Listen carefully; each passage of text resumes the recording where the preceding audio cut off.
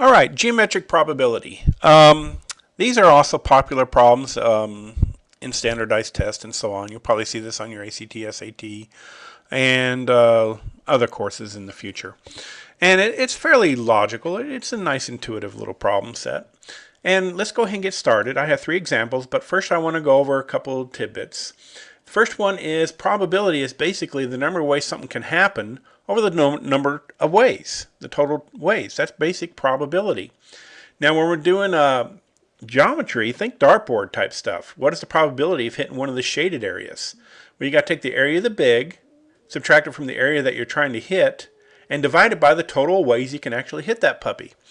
So let's take a look at some examples. Here we have a triangle inside a circle. And we want to find the probability of throwing a dart in the shaded area. Okay, just randomly selecting a point. So what we're going to do is take the area of the big minus the area of the small. So we're going to find basically the area of the shaded area.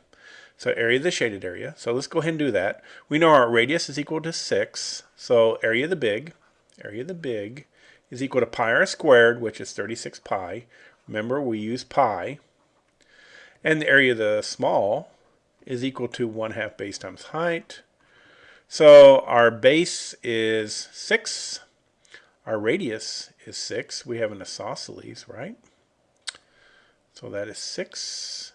So 1/2 base times height is basically 6 times 6, which is equal to 36. I'll write it out for you, though. Okay, 1/2 base times height. Okay? So 6 times 6 is equal to 36. So our exact is 36 pi minus 36. We don't combine like terms.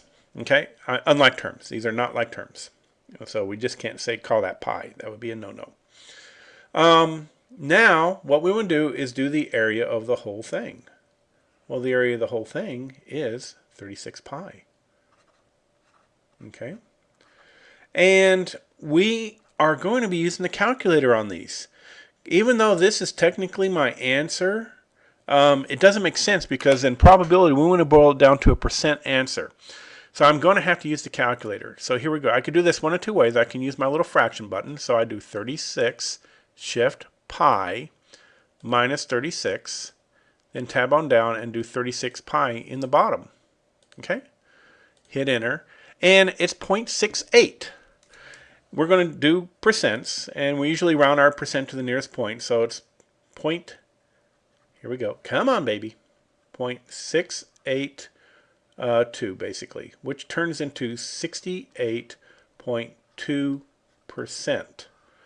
This is our end goal right here. This guy right here. Turning everything into a percent. That gives us an understanding of the probability of hitting the shaded area. 68.2% is a pretty decent percent. I'd put money on that on Vegas. But I don't go to Vegas. I hate Vegas. All right. So let's take a look at another example. Just real quick recap. Keep everything exact. Put it in the calculator. Get a decimal answer. And we want to usually go to the nearest tenth of a percent. So 68.2%. All right. Let's take a look at this one. Here we have another triangle inside a circle, very popular problems. So what we need to do is actually do 1/2 base times height for the triangle. And we got that. We got the base and we got the height. But we don't have the radius. The radius is equal to what? Well, this is a 3, 4, 5 triple. So this guy's, the diameter is 10. So the radius is 5. All right? You could do a squared plus b squared equals c squared. So again, area of the big minus area of the small over area of the big. All right. So area of the big is pi r squared, so that's 25 pi. 25 pi minus area of the little, 1/2 base times height, 1/2 times 6 times 8. So 3 times 8 is 24. All over area of the big. And you usually find that these two numbers are going to be the same.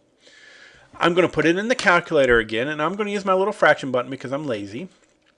So 25 pi, shift pi, minus 24, tab down, 25 pi, shift pi. Keep everything exact until the very, very end.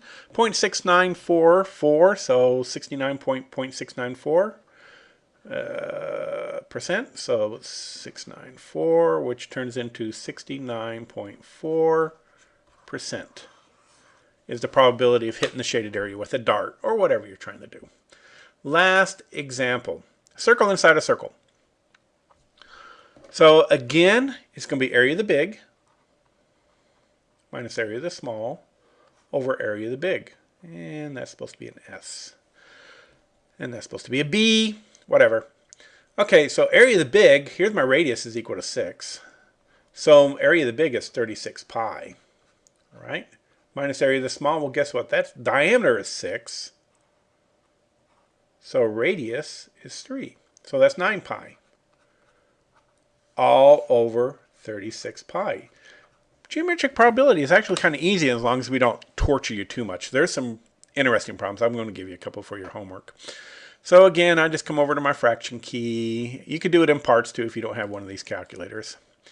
Just be careful. Minus 9 pi. And I do expect exact pi's. Again, 3.14 is not pi. It is can't even speak my German anymore. Verboten. All right. Hit enter. And 3/4. And that's logical. 0.75. So 0.75, and which is equal to 75% exact. All right, and if you ever want to do your F to D button for your decimal, you can do it that. See? Alrighty, so that is pretty much it. I'm going to get these uploaded, and just on a trivia thing, it's not trivia thing, on my last set of examples, for some reason I wrote a 6 instead of an 8. Most curious. But anyway, I'm sure everybody caught that. See ya.